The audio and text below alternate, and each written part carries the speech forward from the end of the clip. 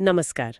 आज हम बात कर रहे हैं क्रेडिट कार्ड्स की और उनसे जुड़ी कुछ आम धारणाएं या आप कहें तो गलत फहमियां।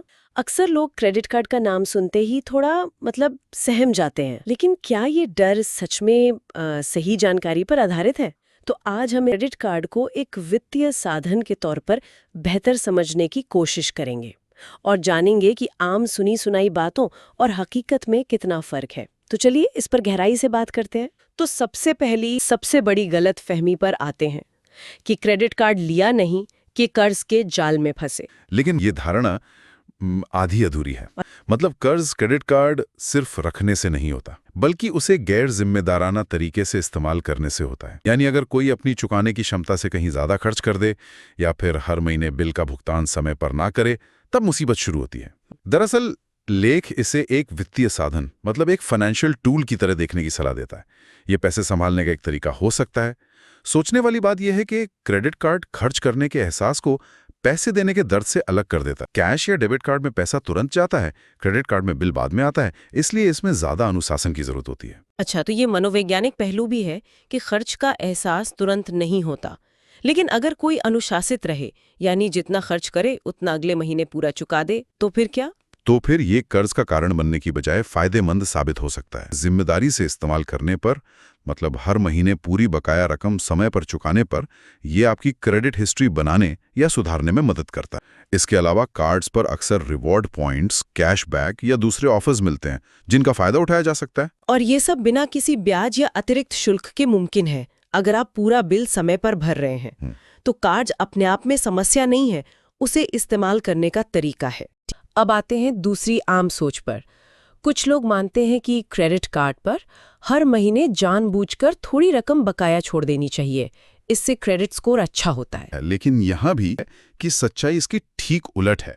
जो क्रेडिट ब्यूरो हमारे क्रेडिट स्कोर तय करते हैं, जैसे सिबिल, वो ये नहीं देखते कि आप कितना कर्ज बनाए रखते हैं, बल्कि वो इस बात को अहमियत देते हैं कि आप अपने बिलों का भुगतान कितनी नियमितता से और कितना पूरा करते हैं। समय पर पूरा भुगतान करना अच्छे स्कोर की निशानी माना जाता है, न कि कर्ज को खींचते रहना। लेकिन ये क्रेडिट यूटिलाइजेशन रेशियो CUR का क्या चक्कर है? सुना है ये भी स्कोर पर असर डालता है। आपने बिल्कुल सही पॉइंट उठाया। CUR बहुत महत्वपूर्ण है। ये दिखाता है कि आपको जितनी कुल क्रेडिट लिमिट मिली हुई है, मान लीजिए सभी कार्ड्स मिलाकर 1 लाख रुपए, उसमें से आप कितना प्रतिशत इस्तेमाल कर रहे हैं। जैसे अगर आपने 20,000 खर्च किया है तो CUR 20% है। हर महीने बकाया छोड़ने से ना सिर्फ आपको ब्याज देना पड़ता है, बल्कि ये आपके CUR को भी ऊंचा रख सकता है। तो ऊंचा CUR अच्छा नहीं है, इसे कैसे समझे? मतलब इसे ऐसे समझिए, मान लीजिए आपकी कुल क्रेडिट लिमिट एक पानी की बाल्टी की तरह है। ठीक है। आप उसमें से कितना पानी यानी क्रेडिट इस्तेमाल कर रहे हैं, यही आपका यूटिलाइजेशन रेशो है। क्रेडिट ब्यूरो कम भरी हुई बाल्टी पसंद करते हैं, यानी कम CUR। अच्छा। आमतौर पर 30% से कम CUR रखना अच्छा माना जाता है।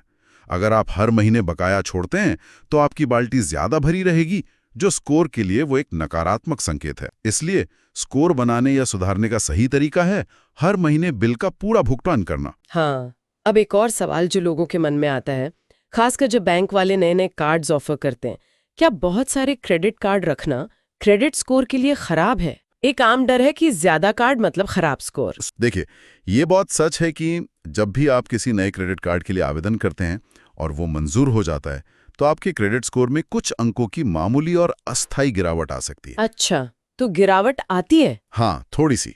ऐसा इसलिए होता है क्योंकि हर नए आवेदन को एक हार्ड इंक्वायरी माना जाता है और नया खाता खुलने से आपकी औसत क्रेडिट हिस्ट्री की उम्र थोड़ी कम हो सकती है। तो फिर ज्यादा कार्ड रखना वाकई खराब हुआ ना? नहीं, यहीं पर पूरी कहानी समझनी होगी। ये गिरावट आमतौर पर मामूली होती है और थोड़े समय के लिए ही।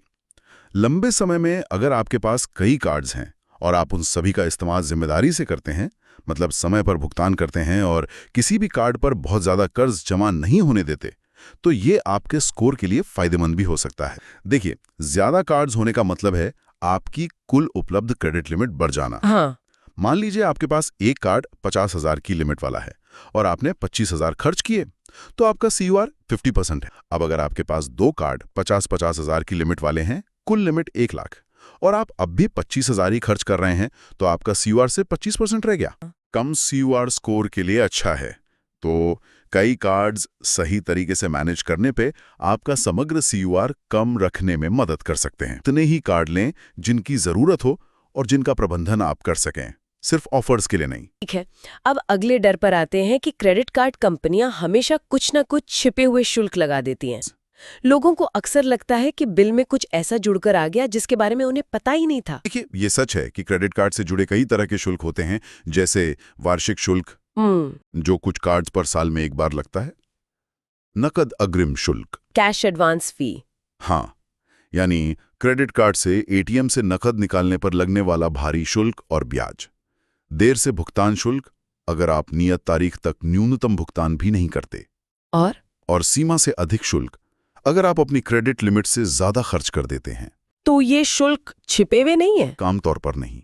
ये सभी शुल्क कार्ड जारी करते समय दिए गए नियम और शर्तों के दस्तावेज में साफ साफ लिखे होते हैं। समस्या तब होती है जब लोग इन शर्तों को ध्यान से पढ़ते नहीं हैं। अब आते हैं पांचवें और आखिरी मिथक पर, जो मुझे भी काफी दिलचस्प लगा।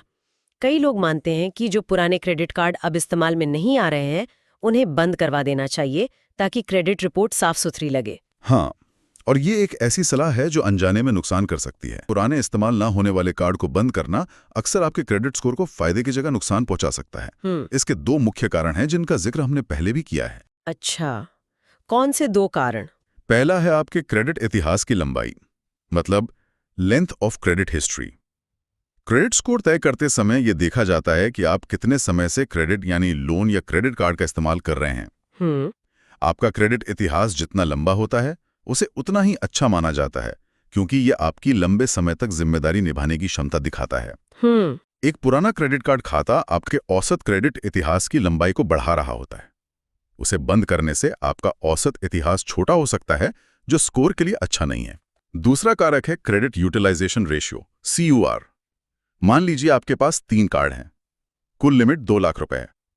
आप एक पुराना कार्ड 50,000 लिमिट वाला बंद कर देते हैं, जिसे आप इस्तेमाल नहीं कर रहे थे। ठीक है।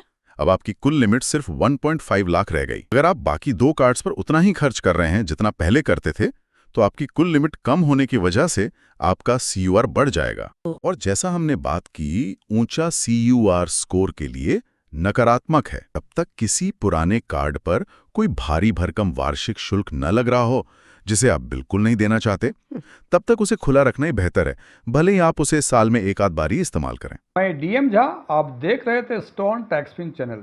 यदि ये वीडियो आपको पसंद आया हो तो इसको लाइक करें, अपने फ्रेंड्स के साथ शेयर करें, और यदि लगे कि इस वीडियो में कोई नई बातें हैं या ये वीडियो अच्छी लगी हो तो कमेंट बॉक्स में जाके यस लिखें।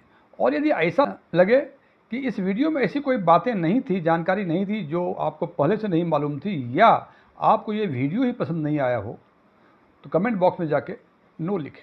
और यदि आपकी रुचि बैंकिंग, इन्वेस्टमेंट, खासकर म्यूचुअल फंड इन्वेस्टमेंट और डायरेक्ट टैक्सेशन में है, और अभी तक आपने मेरे चैनल को सब्सक्राइब नहीं किया है, तो मेरे चैनल को सब्सक्राइब करें और ऑल बटन पे क्लिक करें, ताकि हमारे सभी नए वीडियो की नोटिफिकेशन आपको लगातार मिलती रहे। मैं जो यस और नो कमेंट करने के लिए प्रेरित करता हूं, इसका एक ही मुख्य उद्देश्य है कि जो वीडियो मैं अपने व्यूअर्स के लिए बनाया करता हूं, मैं यह जानना चाहता हूं कि क्या उस वीडियो में जो कंटेंट्स हैं वो हमारे व्यूअर्स के लिए उपयोगी है या उपयोगी नहीं है। Thank you.